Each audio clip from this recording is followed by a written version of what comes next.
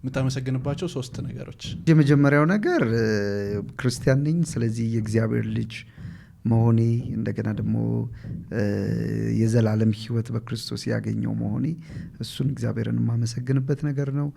ከዛ ሁለተኛ ደግሞ ዙሪያዬ ላይ ስላሉ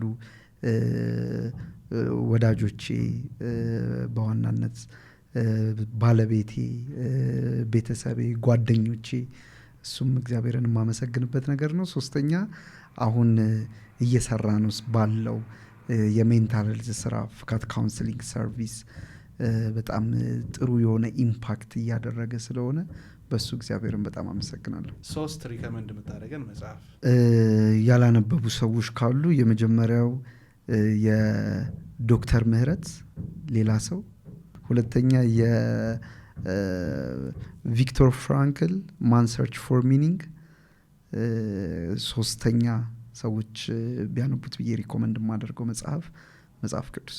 ሶስት ጤናማ ልማዶች፣ ጸሎት፣ ማመስገን፣ ከዛ በኋላ ደግሞ ስሜትን ለሰዎች ማካፈል። ሰዎች ወደ ፖርኖግራፊ ለምን ይገባሉ፣ እንደገና ደግሞ ከዛ ህይወትስ እንዴት መውጣት ይችላሉ በሚል ርዕስ ላይ ከአብርሽ ጋር በአላይቭ ፖድካስት በጣም የሚገርም ጊዜ ነበረን። በጣም መሰረታዊና ጠቃሚ የሆኑ ሀሳቦችን አንስተን ተነጋግረናል። በአላይቭ ፖድካስት ይጠብቁኝ።